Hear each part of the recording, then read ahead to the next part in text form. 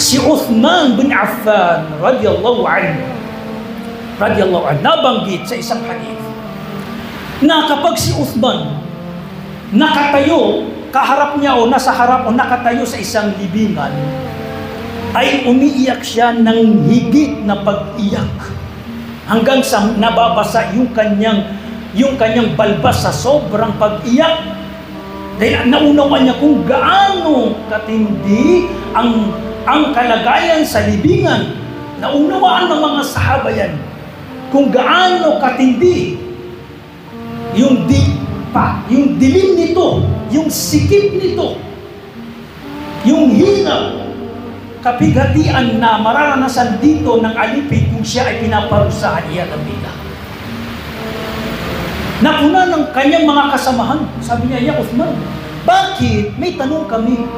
Bakit kapag pinapayuhan tayo ng Rasulullah hinggil sa kabilang buhay, hinggil sa paraiso, hinggil sa impyerno, ay hindi ka umiiyak ng ganito. Pero kapag kaharap mo, nandito ka sa libingan, o nababanggit sa iyong libingan, higit kang umiiyak ng sobrang pag-iyak kaysa sa pag-iyak mo kapag nababanggit sa iyo ang Jahannam, ang impyerno sa kabilang buhay." Sabi ni Uthman, bakit hindi? Bakit hindi?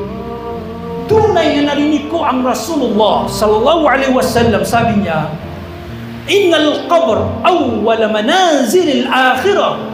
Tunay na ang libingan, ang buhay sa libingan ay unang yugto sa kabilang buhay. Ito yung patunay na nabanggit ko kanina. Ang qabr ay kabilang sa mga yugto sa akhirah, kabilang sa paniniwala sa akhirah. Sabi ng Rasulullah, narinig ni Uthman, ang buhay, bakit hindi ako umiiyak ng higit na pag-iyak?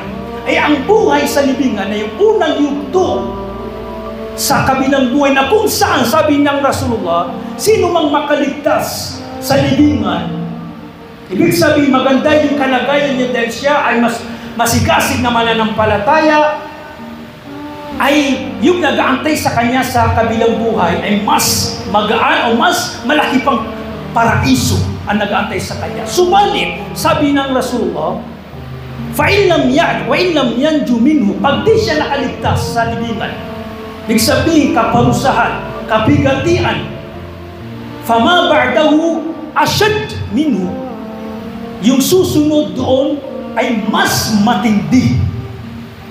Subhanallah. Mas matindi. Ibig sabihin, kung ang tao pinaparusahan sa libingan, ay mas matinding kaparusahan ang nag-aantay sa kanya sa akhirah. Yan ang dahilan kung bakit si Uthman bin Affan ay napapaiyak ng higit na pag-iyak.